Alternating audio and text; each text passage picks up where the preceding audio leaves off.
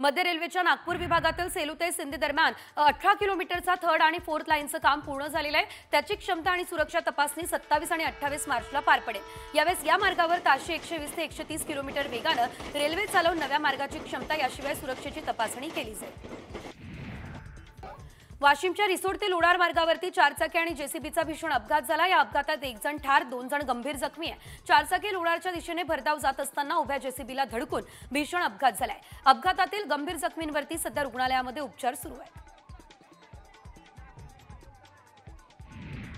आपटी गावातील अवैध दारू तातडीने बंद करण्याच्या मागणीसाठी महिलांनी पोलीस ठाण्यात धडक दिली। यवतमाळच्या राळेगाव पोलीस स्टेशन अंतर्गत येणाऱ्या आपटी या गावामध्ये मोठ्या प्रमाणात अवैध दारूमुळे तरुण मुलं व्यसनाच्या आहारी जात आहेत। त्यामुळे महिलांनी हे पाऊल उचललं।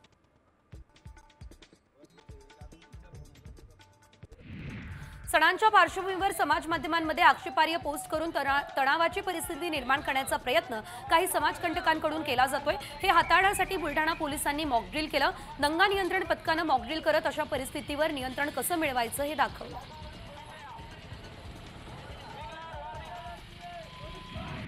पदाच्या अधिकारात नसताना सेवानिवृत्त अधिकाऱ्याची नियमबाह्य नेमणूक बुलढाण्यामध्ये झाली आहे। जिल्हाधिकारी डॉक्टर किरण पाटील यांनी नियमबाह्य नेमणूक केली आहे। त्याची चौकशी करण्याचं निवेदन दिलं। शिंदे सेनेच्या संतोष भुतेकर यांनी या संदर्भात तक्रारही दाखल केली।